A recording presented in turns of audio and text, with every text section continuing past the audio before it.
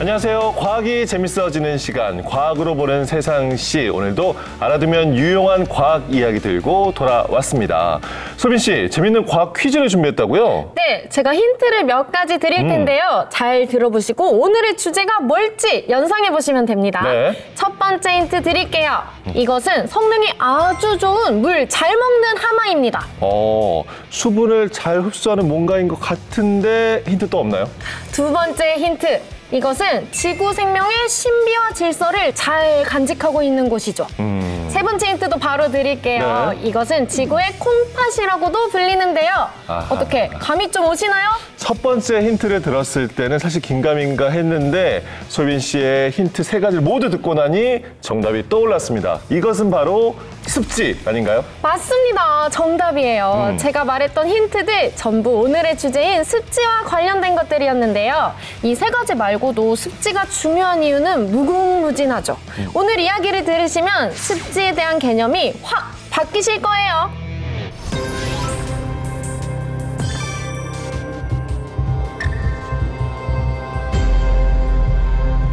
인간의 무분별한 개발로 인해 1970년대 이후 전 세계 습지의 3분의 1이 사라졌습니다.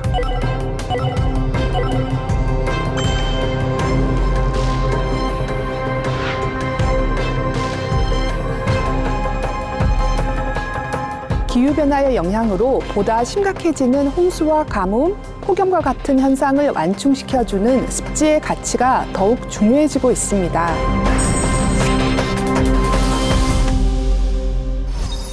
지구 생명의 신비와 질서를 잘 간직하고 있는 생명의 땅 습지. 오늘 습지가 가진 생태적, 과학적인 가치, 그리고 보존 방법에 대해 이야기 나눠 볼 텐데요. 두 분 자리해 주셨습니다. 한 분씩 소개 부탁드릴게요. 네, 반갑습니다. 저는 자연기반내법의 습지, 저역량개발기법, 그린인프라를 연구하고 있는 공주대학교 스마트인프라공학과 김희영 교수입니다. 네, 어서 오십시오. 네. 안녕하세요. 한국환경연구원 명수정입니다. 저는 기후변화와 자연기반 해법, 그리고 국토와 환경계획 등 환경정책을 연구하고 있습니다. 반갑습니다. 네, 어서 오십시오. 폭염과 가뭄, 이상기후가 악순환되면서 전 세계가 신음하고 있습니다. 생명의 보고 습지도 피해가 크다고 하던데 최근 큰 화제로 이슈가 된 지역이 있잖아요. 세계에서 가장 큰 담수 습지인 브라질의 판타나우가 올해 들어 잇따른 이 화재로 인해 가지고 서울 면적의 약 10배가 사라졌습니다. 이 브라질 남서부와 볼리비아, 파라과이에 걸쳐 있는 이 판타나우 습지는 약 3천여 종의 식물을 비롯해서 이 천여 종의 조류, 파충류 등을 포함을 해서 약 15만여 종의 동식물들이 서식하고 있는 생명의 보고이고요. 하지만 이 무분별한 개발로 인해서 많은 습지가 지금 사라지고 있습니다. 그래서 해마다 이 여의도 면적의 한 1,500배 정도의 면적이 사라지고 있는 편이고요. 올 들어서 판타나우 내의 이런 화재 건수가 이 지난해 동기 대비 한 11배 이상 증가했고요. 그리고 가장 많은 화재가 발생했던 2020년에 비해서도 현재 거의 39%나 많은 수치에 해당이 되고 있습니다. 이 판타나우가 특히 제규어나 거대 수달처럼 멸종 위기종들이 서식하고 있는 정말 천혜의 보물 같은 습지잖아요. 그런데 특히 올해 유독 큰 화재가 발생한 이유가 있을까요? 판타나우 화재는 이미 오래전부터 심각한 환경 문제로 인식되어 왔습니다. 가뭄이 더 길어지면서 더 큰 화재로 발생할 수 있는 그런 위험 지역이 기하급수적으로 늘어나게 됩니다. 또 일부 농민들은 농사를 짓기 위해서 방화를 하기 때문에 더 큰 피해가 발생하기도 하는 거죠. 이에 따라 브라질 정부는 당분간 개간을 위한 방화는 금지한 상태입니다. 앞으로 더 큰 화재가 발생할지 여부는 우리 인간에게 달려있다고 할 수 있습니다. 심각한 상황인데 국내 습지의 사정은 어떤지 궁금해집니다. 역시나 아무래도 좀 상황일까요? 어떤가요? 국립생태원에 따르면은 우리나라 내륙 습지가 지난 20년간 약 6.5% 정도 사라졌다고 합니다. 연안에 있는 그런 갯벌이나 염습지 같은 연안 습지도 대단히 많이 사라졌습니다. 지난 5년 동안 사라진 그 연안 습지는 여의도 면적의 약 1.8배에 달한다고 합니다. 그 이유는 인천 송도 국제도시, 평택항 그리고 여수의 산업단지 같은 것들이 들어서면서 습지를 매립하고 개발을 했기 때문으로 보입니다. 이렇게 습지의 면적이 줄어들수록 그 안에 구성된 생태계나 생물종 또한 같이 사라질 거잖아요. 그렇죠. 이 생각을 하니까 정말 암울합니다. 사실 습지라는 게 자연적으로 사라지는 게 아니라 인간의 인위적인 개입으로 사라지는 경우가 대부분이라고 하더라고요. 그러니까요. 이거를 수치적으로 들으니까 더 와닿습니다. 우리가 습지에 대해서는 사실 뭐 가보기도 하고 여행으로 대충 알고는 있지만 정확한 개념에 대해서는 잘 모르는 경우가 더 많거든요. 맞아요. 교수님, 습지는 어떤 조건으로 정의를 할 수 있는 걸까요? 먼저 질문 하나 더 해볼게요. 네. 습지 하면 어떠한 이미지가 떠오르시나요? 뭔가 축축하고 수분이 가득하고 걸을 때 신발이 다 젖어서 맞아요. 장화를 신어야 될 것 같은 그런 느낌이 들어요. 습지는 물이 풍부한 곳이다 보니 물을 좋아하는 식물들이 서식하는 장소입니다. 주로 물 이끼류나 살림에서 보기 힘든 양치식물, 이 버드나무 등이 자라나고 있는 곳이죠. 여러분들이 만약에 산속을 거닐다가 이러한 식물들을 보게 된다면 여기에는 습지가 있구나, 아니면은 요 밑에는 물이 풍부한 이러한 곳이 존재하구나라는 것으로 이해하시면 되겠습니다. 또 물이 풍부한 만큼 거기에는 다양한 동식물들의 이 삶의 공간, 그리고 서식처의 역할이 되고 있고요. 쉽게 말하면 습지라고 하는 것은 습기가 축축하게 젖어 있는 땅이라고 보시면 되겠습니다. 우리나라에서 습지는 담수, 기수 또는 염수가 영구적이거나 또는 일시적으로 일정 기간 동안 덮여 있는 그러한 곳을 의미하고요. 네. 이 람사르 협약에서 의미하는 이 습지라고 하는 것은 인공적이든 자연적이든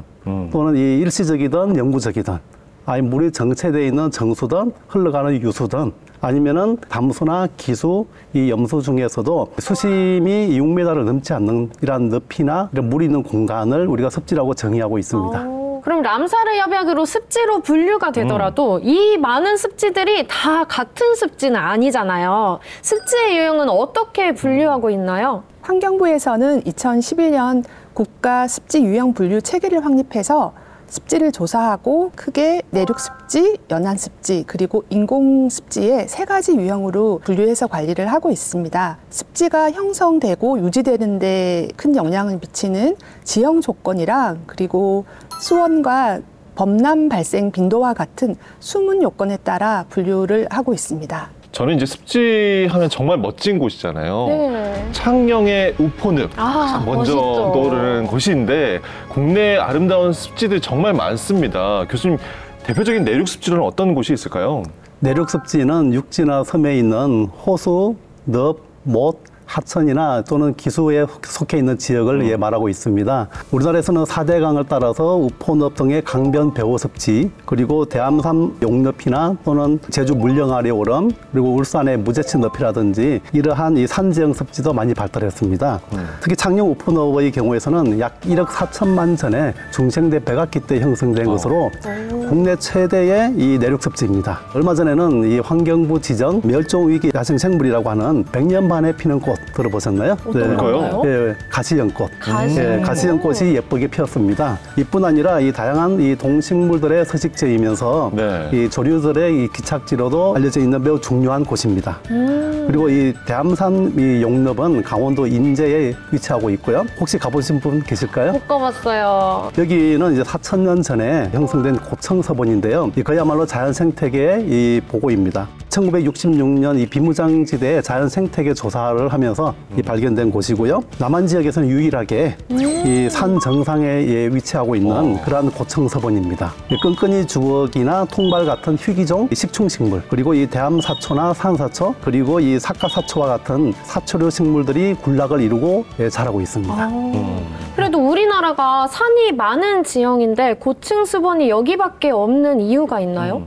고청서본이 여기만 있는 건 아닙니다. 우리나라가 국토 면적의 70%가 이 산악 지역이기 때문에 고청서본이 곳곳에 존재하고 있고요. 이러한 서본들은 다른 나라에서는 보기 힘든 그러한 서본이라고 보시면 되겠습니다. 그래서 백두대간을 따라서 대암산 이 용늪부터 해서 울산의 무제치 늪까지 이 다양한 곳에 고청서본들이 존재하고 많이 있군요. 있습니다. 네. 유일한 정상에 있는 수본이 말씀하신 대왕산 용늪이다. 예, 맞습니다. 저는 이 습지만 들으면 자동 반사로 떠오르는 단어가 있어요. 뭘까요? 우리 학창 시절에 이 시험만 보면은 매번 나왔던 키워드인데요. 바로 람사르 습지. 이 람사르 습지에 지정되는 특정 조건이 있을까요? 네, 먼저 습지에 대한 국제협약인 람사르 협약에 대해서 살펴봐야 될 것 같은데요. 이 람사르 협약은 사라져가고 있는 습지와 습지에서 살아가고 있는 생물들을 보존하기 위해서 1971년에 이란의 람사르라는 도시에서 체결된 협약입니다. 전 세계 람사르 협약에 등록된 습지는 2024년 5월 기준 172개 국가 총 2,513곳입니다. 우리나라는 창녕 우포늪, 순천만 보성갯벌, 서천갯벌, 대암산 용늪 등 모두 26곳의 습지를 람사르 습지로 등록하여 보존하고 관리하고 있습니다. 정말 기쁜 소식이죠. 네. 최근에 우리나라에 26번째 람사르 습지가 등록됐습니다. 네. 바로 무등산에 있는 평dum의 습지인데요. 제가 광주 사람이기에 그렇죠. 또 무등산에 애정이 있거든요. 그래서 이 습지가 굉장히 특이한 산지 습지입니다. 그리고 자연적으로 복원된 습지라고 해요. 그렇습니다. 지난 5월에 무등산 국립공원에 평dum의 습지가 26번째로 람사르 습지에 등록이 되었습니다. 평dum의 습지는 무등산 국립공원 구역에 속한 묵문 습지입니다. 여기에는 삭, 담비 같은 멸종위기 야생생물 4종을 비롯해서 800종에 달하는 생물들이 서식하는 생물 다양성이 아주 풍부한 그런 습지입니다. 예, 그렇군요. 우리나라는 연안 습지도 발달한 나라잖아요. 그 가치가 이미 세계적으로 인정을 받고 있다고요? 네, 우리나라는 연안 습지가 잘 발달한 나라죠. 갯벌이라고 불리기도 하고요. 그렇죠. 유네스코 세계 자연유산으로 지정되어 있습니다. 네. 충남 서천갯벌, 이 전북 고창갯벌, 전남 신안갯벌과 이 보성 순천갯벌로 이루어지는 연속유산. 그래서 5개의 지자체 영역에 걸쳐 있는데요. 황새, 흑두루미 등 멸종위기 종 새와 이 범개 등 희귀종의 서식지로 보존 가치가 매우 높은 지역입니다. 지금 같은 이 가을에 여러분들이 순천만 갯벌에 가시면 아름답게 펼쳐져 있는 이러한 갈대군락과 이 천연기념물인 흑두루미 떼들로 아마 장관을 이루고 있을 거예요. 또 고창갯벌에 가면 이 황해 고유종인 이 범개를 볼 수 있는데요. 범개는 희귀종으로 다리와 몸통에 얼룩무늬가 있어서 호랑이 같이 생겼다고 해서 우리가 범개라고 부르고 있습니다. 생물 다양성이 매우 우수한 곳이 우리나라 갯벌입니다. 그렇군요. 정말 소중한 갯벌. 이런 소중한 갯벌이 과거에는요, 쓸모없는 땅으로 여겨지기도 했다라고 합니다. 갯벌의 신분 상승, 대체 어떤 일들이 있었던 걸까요? 바다였다가 또 어떤 때는 육지로 2가지 모습을 보여주는 곳이 있습니다. 다양한 해양 생물의 서식지인 갯벌이 그 주인공인데요. 사실 오랫동안 쓸모없는 땅으로 여겨지며 대규모 간척과 매립 사업의 대상이 된 곳이기도 하죠. 황무지에서 대체 불가능한 존재로 거듭난 갯벌의 가치에 대해 살펴보겠습니다. 지구상의 습지는 갯벌을 포함해 약 860만 제곱킬로미터로 지구 표면의 약 6%를 차지하고 있고 지구상에 존재하는 생물의 20%가량이 서식하고 있는데요. 갯벌은 조류로 운반되어 온 미세한 흙들이 해안에 오랫동안 쌓여 생기는 평탄한 지형을 의미합니다. 현재 대한민국의 갯벌은 서해안 지역의 전체 갯벌 면적의 약 83.8%가 형성돼 있고 나머지는 남해안에 분포되어 있습니다. 서해안 갯벌은 8,000년에 걸쳐 형성됐다고 하는데요. 그만큼 갯벌은 오랜 역사를 가지고 있어서 역사적, 생태적 가치가 뛰어납니다. 한국의 갯벌은 지난 2021년 유네스코 세계 자연유산에 등재되며 국제적으로도 그 가치를 인정받았습니다. 그렇다면 갯벌이 왜 지구를 살아 숨쉬게 하는 존재일까요? 갯벌이 중요한 이유가 무엇인지 함께 알아보겠습니다. 먼저 갯벌은 역사적 가치를 지니고 있는데요. 실제로 경기도 오이도 갯벌에선 여러 개의 폐총이 발견됐다고 합니다. 폐총이란 선사시대에 다 먹고 버려진 조개 껍데기가 쌓여 퇴적된 유적입니다. 이를 통해 과거에도 갯벌이 인류의 삶의 많은 부분을 차지해왔음을 알 수 있습니다. 두 번째는 생태계적 가치입니다. 갯벌엔 많은 생물이 살아가고 있는데요. 서해안, 남해안 갯벌과 그 주변에서 서식하는 어류, 그리고 연체동물의 수는 각각 200여 종 이상이라고 합니다. 갯벌은 다양한 생물들의 집이라고 할 수 있기 때문에 중요한 생태계적 의미를 지니고 있습니다. 최근에는 갯벌이 단순히 생물 다양성의 보고라는 걸 넘어서 기후위기 시대의 새로운 대안으로 떠오른 탄소 흡수원, 일명 블루 카본이라는 점에서 주목받고 있는데요. 한 연구에 따르면 세계 5대 갯벌인 한국의 갯벌은 해마다 승용차 20만 대가 내뿜는 수준인 48만 4,500톤의 온실가스를 흡수하는 것으로 확인됐습니다. 이는 30년 된 소나무 약 7,340만 그루가 연간 흡수하는 이산화탄소량과 비슷한 양입니다. 마지막으로 갯벌의 환경적 가치도 빼놓을 수 없는데요. 갯벌은 각종 오염물질을 정화하고 수질을 개선하는 기능을 갖고 있습니다.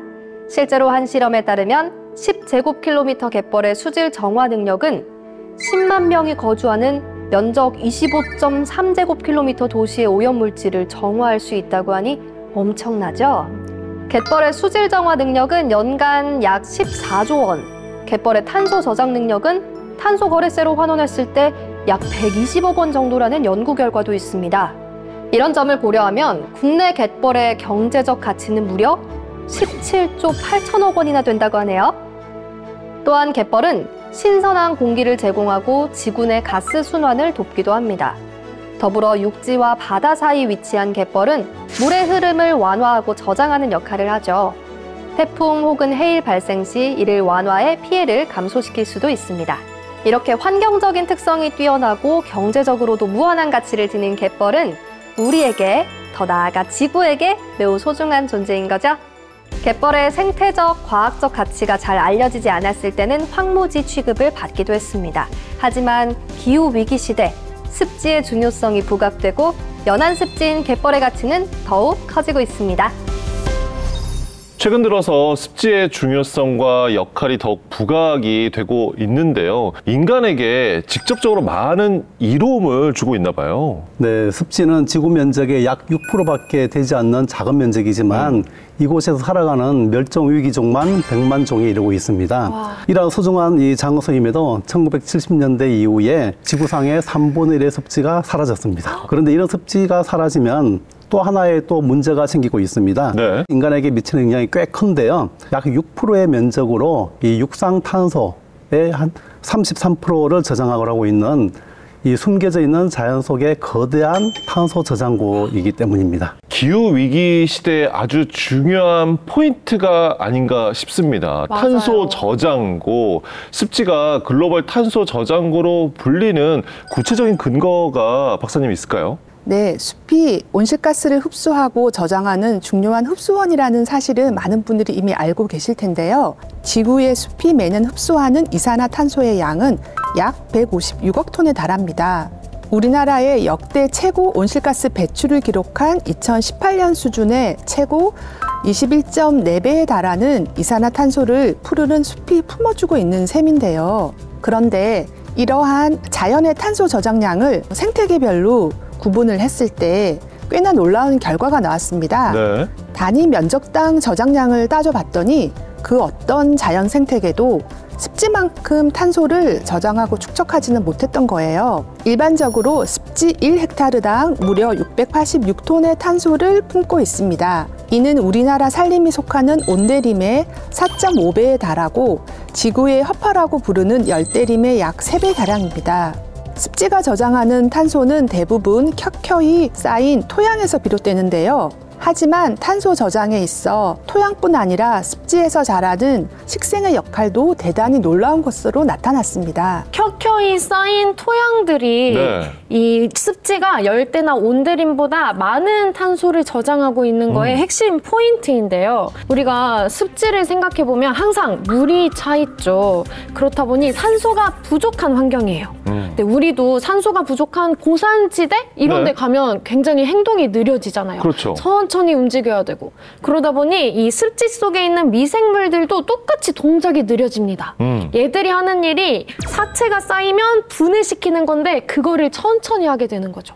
그러다 보니 사체가 토양처럼 쌓이고 이 안에 탄소가 가득 담겨 있기 때문에 탄소 저장률이 높아진 거죠. 근데 저희가 생각해보면 이 탄소를 저장한다. 네. 혹은 탄소를 흡수한다. 흡수한다. 이 두 가지를 굉장히 비슷한 의미로 혼용해서 쓰고 있어요. 이 두 가지의 개념을 좀 정리해 주시겠어요? 식물이 광합성을 통해서 공기 중에 이산화탄소를 흡수해서 이 목질의 형태로 저장을 하죠. 그 목질의 형태가 바로 탄소입니다. 네. 그런데 습지 같은 경우에서는 이 나무처럼 이 대기 중에 이산화탄소를 흡수해서 저장하기도 하지만 이 습지에 살아가는 동식물들의 사체들이 켜켜이 쌓이게 되면 탄소가 켜켜이 쌓여 있다고 보시면 되겠습니다. 그럼 우리가 화석 같은 걸로 생각을 해도 되겠네요. 네, 맞습니다. 습지는 특히 생물 다양성의 보고라고도 불리죠. 맞아요. 이게 습지의 어떤 특성 때문에 생물들에게 유익한 환경으로 여겨지는 걸까요? 습지는 육상 생태계와 수생태계 사이에 있는 전이지대에 해당합니다. 일반적으로 전이지대는 두 생태계의 모든 특성을 다 가지고 있기 때문에 생물 다양성이 아주 높아요. 전이지대인 습지는 지구상에서 영양 물질이 가장 풍부하며 생산성이 매우 높은 생태계로 인식되고 있습니다. 담수 섭지에는 전 세계 생물종의 40% 이상, 특히 포유류의 12% 이상이 서식하고 있다고 해요. 우리나라의 경우 습지보호지역 국립생태원 습지센터에 따르면 우리나라의 25군데 습지보호지역에서만도요. 멸종위기 종의 31%가 넘는 90종이 발견되고 있습니다. 습지는 멸종위기에 처한 주요한 생물들의 서식처가 되고 있어서 생물 다양성 보존에 아주 중요한 역할을 하고 있습니다. 그렇군요. 습지는 이 생물 다양성의 상당히 좋은 그런 공간이고요. 그리고 환경오염 물질을 제거함으로써 수질 정화 기능을 가지고 있습니다. 특히 또 홍수나 가뭄과 같은 자연재해에 대해서 완충 기능을 가지게 해주고요. 특히 이제 물을 머금고 있다가 이 가뭄 때에는 우리가 녹색댐이라고 부르는 산림처럼 이 물을 뿜어주는 역할도 하고요. 이 홍수가 발생했을 때는 물을 흡수하고 저장해주는 그러한 기능을 함으로써 이 자연재해 방지 기능도 가지고 있습니다. 특히 또 도시와 이 상대적으로 이 가까이 위치하고 있는 습지의 경우에서는 이 온도와 습도를 조절해 줌으로써 도시의 미기후 변화를 완화시켜 주고요. 사람들에게도 생태 공간이나 이 여가 공간 또는 수변 공간으로서의 문화적인 기능도 가지고 있습니다. 와, 훌륭하네요. 정말 많네요. 이 습지가 정화시켜주는 대표적인 환경오염 물질이 비료나 폐수에서 나오는 질소나 인인데요. 질소 같은 경우에 아까 그 미생물들이 네. 질소가 포함된 물질들을 흡수해서 우리가 생각하는 질소 기체 형태로 바꿔서 위로 날려보냅니다. 이거를 탈질화라고 하는데요. 네. 반대로 인 같은 경우에는 이 토양이나 식물들이 흡수를 해서 껴안고 있는 거죠. 그래서 물 안에 전체 포함된 인의 비율이 줄어드는 효과가 있습니다. 예. 이게 바로 우리가 습지를 지구의 콩팥이다라고 부르는 이유예요. 야, 정말 중요한 역할을 하는 거네요. 이렇게 자연과 인간에게 이로운 습지이죠. 하지만 전 세계적으로 1970년대 이후 습지의 3분의 1 이상이 사라졌다고 하니 정말 안타깝습니다. 네. 습지가 사라지고 있는 원인 지금부터 더 자세히 알아볼 텐데요. 교수님, 가장 큰 이유 어디에 있을까요? 현재 우리나라의 이러한 그 내륙 습지는 약 2,706곳으로 알려져 있습니다. 그런데 2018년 이들 습지 가운데 한 1,400여 곳을 살펴봤더니 한 165곳이 이미 훼손된 상태였고요. 아이고. 조사 대상이 약 12%에 해당이 되는 그러한 높은 수치입니다. 주로 훼손된 원인은 우리 인간에게 있습니다. 그래서 훼손된 사례 가운데 약 90%의 습지가 경작지, 도로 또는 기타 시설물들로 바뀌어버렸어요. 거의 대부분이네요. 네, 우리나라 이 습지가 위기에 빠져 있다고 볼 수 있습니다. 습지가 이렇게 개발 대상으로 쉽게 거론되는 이유가 있을까요? 습지는 산림과 같은 다른 유형의 생태계에 비해서 훨씬 쉽게 개발의 대상이 되고는 합니다. 특히 논습지와 같은 경우가 그런데요.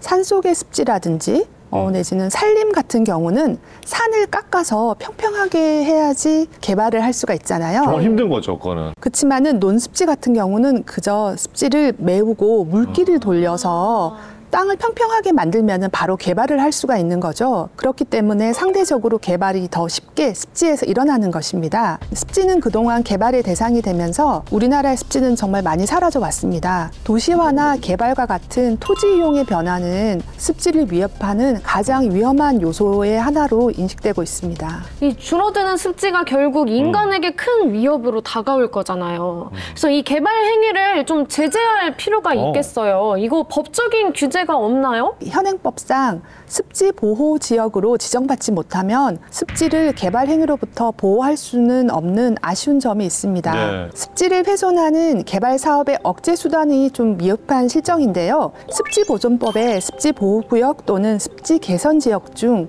훼손의 경우 공동부령이 정하는 비율에 해당하는 면적의 습지를 존치하도록 규정하고는 있습니다. 그렇지만 대체 습지의 조성 그리고 존치 재원 마련에 대한 구체적인 규정이 없어서 제도 보완이 필요한 상황입니다. 앞서 브라질의 판타나우 습지 사례도 그렇고요. 급격한 기후 변화로 폭염의 일수가 길어지고 가뭄이 잦아지면서 습지의 변화도 이제 심상치가 않습니다. 기후 변화가 습지에 얼마나 큰 영향을 주고 있는 건가요? 연안 습지의 경우에는 해수면 상승이 문제인데요. 우리나라도 점점 뜨거워져서 최근 30년 동안 해수면의 높이가 평균 9.9cm에 상승했습니다. 그리고 2100년에는 최고 65cm까지 상승할 거라고 예측이 되고 있고요. 그리고 반대로 이 내륙 습지는 이 수위가 낮아지는 게 문제입니다. 이 습지의 수분을 빼앗는 가뭄 때문인데요. 지난 50년간 우리나라의 이 가뭄 일수는 계속 늘어나고 있는 추세입니다. 이런 추세대로라면 2100년이면 우리나라 습지 10곳 가운데 6곳이 사라질 것이라는 이러한 암울한 예측도 있습니다. 이 습지 소멸지도라는 것도 있다고 하던데 어떤 건가요? 지난해 KBS와 국립생태원이 함께 소멸 가능성이 높은 습지를 지도로 만들었습니다. 먼저 내륙 습지를 살펴보면은 약 80년 뒤에 10개 중 8개의 습지가 사라질 것으로 그렇게 전망됐어요. 특히 서해안 지역이 소멸 위험성이 높은 습지가 많이 분포하는 것으로 나타났고요. 위험 등급별로 보면은 세계적으로 우수한 습지로 인정받은 경남, 창녕, 우포늪이라든지 이런 람사르 습지 5군데도 소멸 가능성이 높은 것으로 나타났습니다. 또 연안 습지 112곳을 분석했는데요. 75%에 달하는 85곳의 소멸 가능성이 아주 큰 것으로 나타났어요. 결국 보호해야 할 습지는 보호하고 훼손된 습지는 복원을 해서 습지가 앞으로 더 많은 온실가스를 흡수하고 또 저장해서 기후변화에 더 잘 대응할 수 있도록 선순환 구조를 만드는 것이 중요합니다. 기후변화가 습지의 탄소 저장 및 탄소 이동에도 영향을 주면서 세계적으로 큰 주목을 받고 있는데요. 탄소 저장 능력을 증진시키기 위해서는 어떻게 해야 할까요?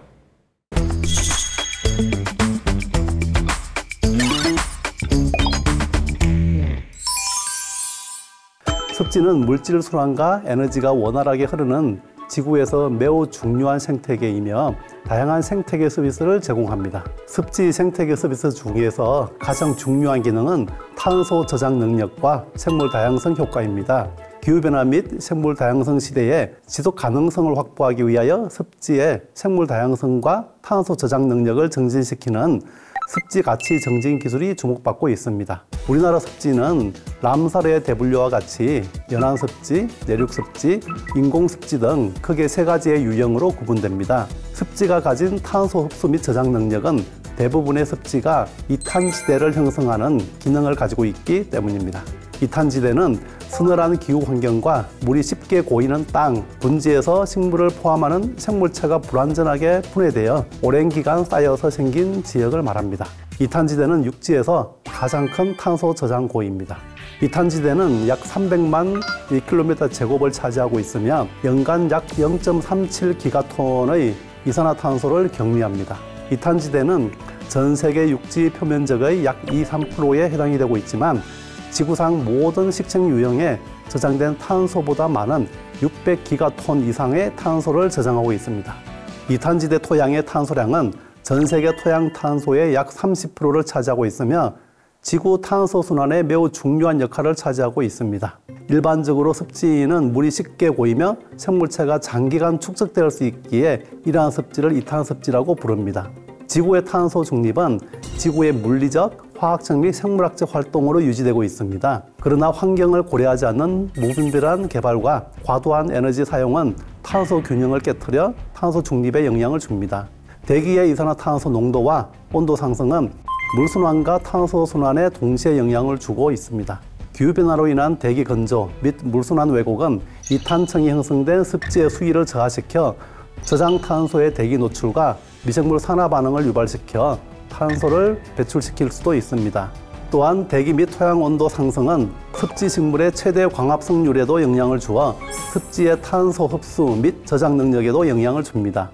습지는 자연기반 해법으로 기후변화 적응 및 저감 기술로 부각받고 있습니다. 기후변화 적응 기술은 습지의 복원과 조성 기술, 그린 인프라 조성 기술, 블루그린 네트워크 기술 등 다양한 기술이 포함됩니다. 그동안 자연습지에 해당하는 내륙습지 및 연안습지는 생물 다양성 가치만 부각하여 보전에 치중하였습니다. 대부분의 인공습지는 수질 정화라는 목적에 치우쳐 조성되었습니다. 즉, 습지는 다양한 생태계 서비스 기능을 가졌음에도 불구하고 기존 습지 보전 및 조성 정책은 단편적 기능에 치중되었다는 것을 의미합니다. 최근 우리나라는 습지 가치 평가 및 가치 정진 기술 개발을 추진하고 있습니다. 습지 가치 평가 및 정진 기술은 습지의 다양한 가치를 평가하고 습지의 가치를 정진시켜 국토 공간 곳곳에 다양한 유형의 습지를 확대하는 전략입니다. 습지 가치 정진 기술은 습지의 탄소 저장과 격리 기능 강화, 생물 다양성에 기반한 생물 서식처 기능 강화, 블루그린 네트워크 기술 개발 등 다양한 관련 기술로 이루어져 있습니다. 또한 국토의 다양한 공간에 도심 습지, 묵론 습지, 호소 습지, 하천 습지, 기수 습지 등 이탄 기능과 생물 서식처 기능을 가진 습지의 조성을 확대하는 기술도 포함됩니다. 사람들은 습지를 물이 고여 있고 식물이 에워싸는 연못 같은 존재로 인식하고 있습니다. 집 근처에 습지가 있으면 모기 서식처라는 오명을 쓰기도 합니다. 습지는 젖은 땅을 의미합니다. 이제 습지를 단순하게 물이 고여있는 웅덩이라만 보지 말고 물로 젖어 있는 토양으로 보는 시각의 변화가 필요합니다. 그 이유는 기후위기 시대 및 생물 다양성 시대에 인간이 지속적으로 지구 생태계에서 살아가기 위해서는 습지가 주는 생태계 서비스가 매우 중요하기 때문입니다.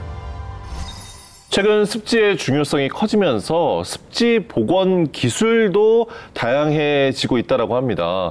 교수님, 가장 주목받는 기술 어떤 게 있을까요? 전 세계적으로 자연기반 해법이 부각되고 있습니다. 자연기반 해법은 생태계를 지속 가능하게 관리함으로써 인간에게 웰빙과 이 생물 다양성 혜택을 제공하는 동시에 이 기후변화를 포함하는 사회환경적 문제를 해결하는 이러한 수단으로 적용되고 있습니다. 또한 이 자연기반 해법에는 정부와 지역사회가 자연 고유의 능력을 활용을 해서 인프라 시스템을 이 대체하거나 또는 혹은 개선하거나 이 방향으로 개발 프로젝트를 설계하는 방식도 포함이 되고 있고요. 예를 들어서 이 스리랑카의 수도 콜롬보의 경우에는 과거 자연 습지의 손실과 이 기후변화로 인해서 도시 홍수 피해를 입고 있었어요. 네. 콜롬보는 이 뚝보호벽과 같은 이러한 전통적인 홍수 통제 방법하고 습지를 보호하거나 복원하는 전략으로 이 도시 홍수를 또는 자연재해를 이 완충해주는 역할을 하고 있습니다. 이 자연 기반 해법이 확실한 장단점이 있더라고요. 네. 이 자연을 활용하다 보니까 지속 가능성이 높겠죠. 그다음에 원래 있는 자연을 그대로 쓰기 때문에 비용 자체가 적게 듭니다. 그러겠죠.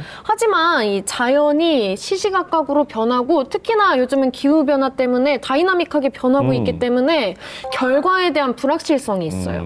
그리고 시간이 좀 오래 걸립니다. 자연에게 맡기는 거기 때문에. 네. 그래서 요즘은 해외에서 과학 기술들을 적용한 스타트업의 사례들이 많이 나오고 있더라고요. 어떤 기업들이 있을까요? 습지를 3차원으로 모니터링할 수 있는 그런 스타트업들이 생겨나고 있습니다. 라이다가 장착된 드론을 띄워서 습지의 지형을 파악하고 이를 3차원 지도로 만드는 건데요. 이러한 접근은 습지의 기능과 관련된 요인을 파악하고 3차원 데이터를 바탕으로 특히 습지에서 자라는 식물의 높이 그리고 습지의 부피를 측정하게 됩니다. 습지는 육지하고 수역을 오가는 그런 전이지대라고 하잖아요. 예. 그런 만큼 생물 다양성을 보존하는 데 아주 중요한데요. 식물이 얼마나 습지에서 자랐는지 그리고 또 여기서 침식이 얼마나 일어났는지 또 습지가 줄어들지는 않았는지를 모니터링 할 수가 있습니다. 그래서 습지의 기능과 관련된 그런 정보를 파악하는 거고요. 또 습지를 유지하는 데 가장 중요한 정보인 물의 흐름도 함께 살펴볼 수가 있습니다. 과학기술을 통해서 식물이 얼마나 자라났는지, 물은 또 얼마나 유지되고 있는지를 3차원 데이터로 확인할 수 있다면 참 유용할 텐데 또 다른 사례도 있을까요? 인공습지 조성 기술이 그 사례가 될 수 있습니다. 네. 이 습지의 훼손이나 이 오염이 심각한 경우에는 되살리는 데 큰 비용이 들어가요. 네. 그런데 인공습지를 만든 지 몇 년이 지나고 나면 자연 생태가 그대로 이 되돌아오는 그러한 효과가 있습니다. 자연적인 습지를 되돌리는 것보다 비용적인 측면에서 같은 비용으로 이 큰 효과를 볼 수 있는 이런 하나의 방안이죠. 인공 습지를 우리가 강 근처에다가 만들게 되면 그만큼 수질 정화를 통해서 깨끗한 이러한 하천수가 만들어질 수 있고요. 그런 깨끗한 수질을 가지는 경우에서는 거기 살고 있는 수생태계도 이 건강성을 유지할 수 있으면서 생물 다양성이 늘어나는 효과도 있습니다. 미국 캘리포니아 얼바인시의 경우에서는 도시를 개발하는 과정에 이 도시를 관통하는 이 샌디에고 강의 이 수질과 이 생물 서식처가 크게 훼손이 됐었어요. 근데 얼바인시에서는 이 인공습지를 샌디에고 강 주변에 조성함으로써 수질을 정화하고 이 생물 서식처를 이 복원함으로써 생물 다양성이 크게 좋아졌어요. 그러다 보니까 지금은 인공습지가 야생동물 이 보호지역으로 지정이 돼서 관리하고 있는 정도입니다. 그리고 이제 이와 함께 런던의 뭐 WWT라든지 이 메콩강 유역의 습지 복원 이러한 것들도 하나의 중요한 사례가 될 수 있습니다. 그렇다면 이 국내의 경우는 어떤가요? 국내에서도 이 다양한 공간에 이 다양한 유형의 이 습지가 이 조성이 되고 있어요. 네. 가령 농촌이나 축산 지역 같은 경우에서는 비점오염원 해서 오염 물질을 저감하기 위한 이런 수질 정화용 인공습지가 주로 조성이 되고 있고요. 도시의 경우에서도 물순환 회복을 통해서 도시가 안고 있는 여러 도시 환경 문제, 도시 침수나 또는 오염원 그리고 이 생물 다양성을 위해서 도심 습지가 조성이 되고 있습니다. 또한 이 하천변에는 홍수 저감이라든지 또는 이 환경 정화 거기다가 이 생물 다양성을 확보하기 위해서 강변 배후 습지 또는 천변 저루지라든지 또는 이 홈스트 복원이라고 하는 습지 유형이 적용이 되고 있습니다. 그리고 최근 들어서는 이 기후변화 그리고 생물 다양성 시대를 살고 있는 기후변화 적응 대책으로서 탄소 흡수 및 저장 기능이 있는 습지 유형을 개발해서 국토 공간 곳곳에 적용하고자 하는 노력들이 이루어지고 있습니다. 습지의 지속 가능한 보전과 관리가 정말 중요해 보이는데요. 이미 해외 선진국들의 경우 습지 보전 정책을 위해서 많은 또 노력들 하고 있다고요? 네, 선진국들은 습지 보존에 아주 적극적입니다. 미국의 경우는 1980년대 말에 습지 총량제를 도입해서 시행을 하고 있습니다. 습지 총량제는요, 습지 개발자로 하여금 훼손되거나 기능을 상실한 습지를 복원하거나 기능을 향상시키도록 하고 훼손된 습지 면적의 1.4배가 넘는 그런 대체 습지를 조성하도록 하고 있습니다. 드넓은 자연을 가진 호주도요, 습지를 포함한 자연 보전 관리에 신경을 쓰고 있는 나라 중에 또 한 곳이라고요? 호주는 건조 지역이 대단히 많은 그런 국가잖아요.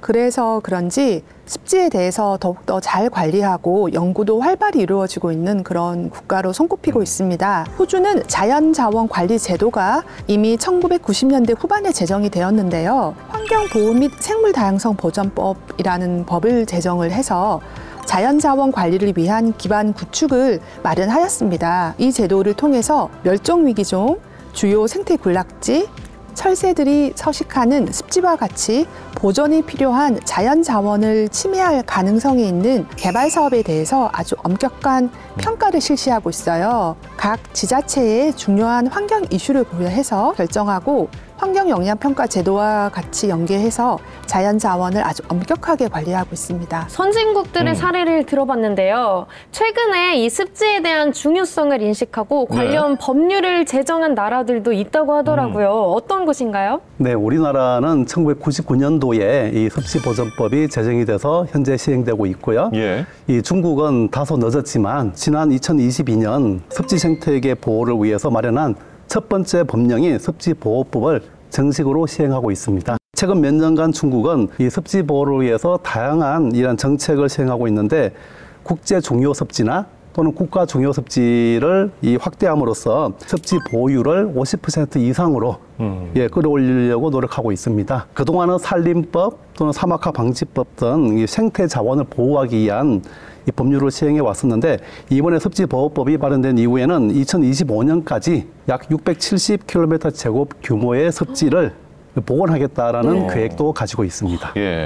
그렇다면 우리나라는 습지 보전을 위해서 어떤 정책이나 또 뭐 계획 등을 가지고 있나요? 네, 우리나라에서는 이 환경부하고 해수부가 이 2023년에서 27년까지 이 목표로 해가지고 제4차 습지보전 기본계획을 수립해서 시행하고 있습니다. 습지보전법 제5조에 의해 가지고 환경부가 해수부와 협의해서 매 5년마다 이 수립이 되고 있고요. 여기에서는 전국의 내륙 습지와 이 연안 습지의 보전 방향을 제시하는 기본 계획입니다. 최근 수립한 제4차 습지 보전 기본 계획은요, 지난 3차 계획의 성과와 한계를 분석하고 전문가와 지자체를 비롯해서 관계 부처와 협의해 폭넓은 의견 수렴 과정을 거쳤습니다. 그리고 스위스 제네바에서 열린 제14차 람사르 협약 당사국 총회 결과도 반영을 했습니다. 그간의 계획이 습지 보호 지역의 생물 다양성 보존에 초점을 두었다면요, 제4차 습지 보존 기본 계획은 이에 더해서 기후위기 대응을 위한 습지의 생태계 서비스 가치와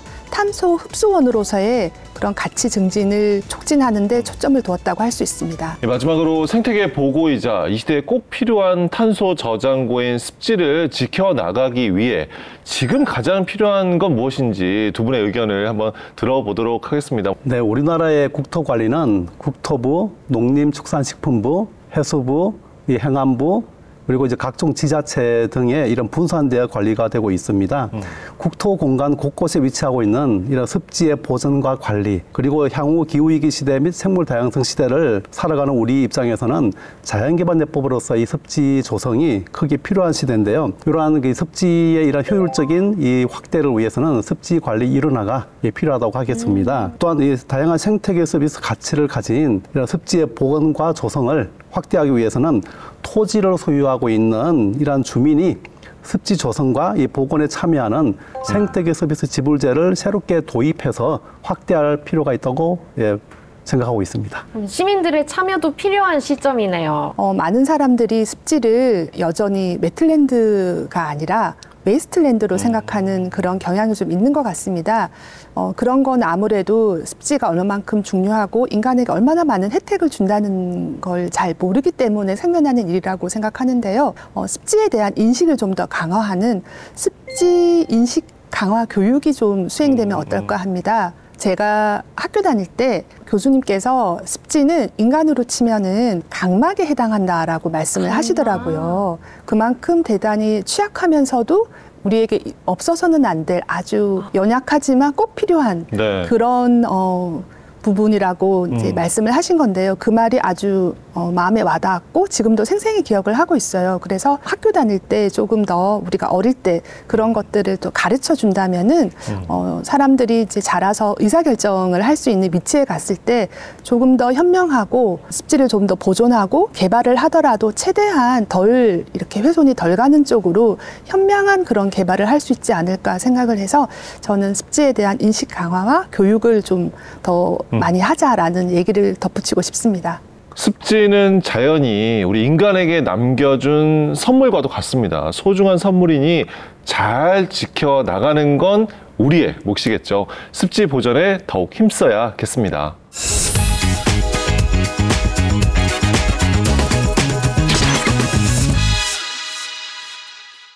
놓치면 아쉬운 핫한 과학 뉴스를 쏙쏙 뽑아 전해드리는 과학이스다. 그동안 과학계엔 어떤 뉴스들이 있었을까요? 첫 번째 소식입니다. 한국과학기술정보연구원 양자통신연구단 연구팀이 유럽 최대 광통신학회에서 아시아 연구팀으로서는 유일하게 양자 암호키 서비스 기술을 선보였습니다. 연구팀은 양자 암호 통신망에서 양자키 분배를 통해 안전하게 공유된 양자키를 최종 사용자에게 전달할 때 양자 내성 암호 기반 PQC-TLS를 통해 암호화하는 방법을 시연했는데요. 기존 전송계층 암호화 기술보다 보안성이 높은 것으로 평가받고 있습니다. 현실적인 양자암호통신 서비스를 위한 핵심 기술, 양자암호통신 산업의 활성화를 위해 귀하게 쓰이길 바랍니다. 두 번째 소식입니다. 지난 18년간 국제 공동연구를 통해 매년 1,200억 톤의 빙하가 남극에서 사라졌다는 것이 밝혀졌습니다. 그동안 원격 탐사 자료의 낮은 해상도로 지역별 빙하량 변화를 파악하는데 한계가 있었는데요. 국제 공동연구팀이 위성 정보의 공간 해상도를 높이고 얼음의 질량 분석을 최적화할 수 있는 기술을 개발했습니다. 분석 결과 2002년 이후 스웨이츠 빙하와 파인 아일랜드 빙하에서 연평균 845억 톤의 얼음이 집중적으로 유실된 것을 확인했습니다. 두 빙하가 차지하는 면적은 남극 전체 면적의 3%에 불과하나 그 유실량은 남극에서 매년 사라지는 얼음량의 70%에 다다르는데요. 이번 연구로 우리나라는 남극 빙하량 변화 연구에서 세계 최고 수준의 정밀 데이터베이스를 구축하게 되었다는 기분 좋은 소식입니다. 마지막 소식입니다. 국내 연구진이 마찰 전기 발전 소재의 성능을 13배 높인 기술을 개발했습니다. 정전기는 작고 쓸모없는 에너지로 인식되기도 하지만 최근엔 스마트워치 충전에 활용하는 등 소형 기기에서 유용하게 쓰이고 있는데요. 다만 구조적으로 전류가 누설되는 한계와 출력이 낮고 반복적인 마찰로 마모 시 성능이 저하되는 문제를 안고 있었습니다. 한국화학연구원 연구팀은 마찰 소재와 전극 사이에 이온겔 전기 이중층 소재를 추가해 전류 누설 문제를 해결하고 전력 발생량을 높였습니다. 500원 크기의 마찰 발전 소자 1개는 외부 배터리 연결 없이 120개 이상의 소형 LED 전구를 밝힐 만큼 충분한 전원을 공급할 수 있다고 하니 참 신기하고도 대단한 기술이네요. 오늘 준비한 소식은 여기까지입니다. 다음 시간에도 놓치기 아쉬운 과학계 소식 쏙쏙 모아서 가져올게요. 과학 모두 이쓰다. 생물의 터전이자 탄소 중립에도 큰 도움을 주는 소중한 습지에 대해서 알아보는 유익한 시간이었습니다. 네, 미처 몰랐던 습지의 장점들을 쏙쏙들이 알게 됐는데요. 앞으로 습지에 방문하게 되면 훨씬 더 소중한 마음이 들겠어요. 맞아요. 오늘 두 분 덕분에 습지에 대해서 더 재미있게 알아볼 수 있는 유익한 시간이 아니었나 싶은데요. 어떠셨나요? 네, 오늘 그 습지가 주는 다양한 이 생태계 서비스를 얘기할 수 있는 좋은 자리를 마련해 주셔서 감사합니다. 감사합니다. 네. 박사님 어떠셨나요? 네, 우리는 아는 만큼 더 보인다고 하잖아요. 모든 사람들이 습지의 가치를 더 잘 알고 더 소중하게 보존하는 그런 계기가 되었으면 좋겠습니다. 과학과 더 친해지는 시간, 과학으로 보는 세상시. 저희는 다음 시간에 더 유익한 과학 이야기 들고 찾아오겠습니다. 과학이 보인다. 과학이 즐거워진다. 스치기만 해도 당신은 과학 전문가. 과학으로 보는 세상 시.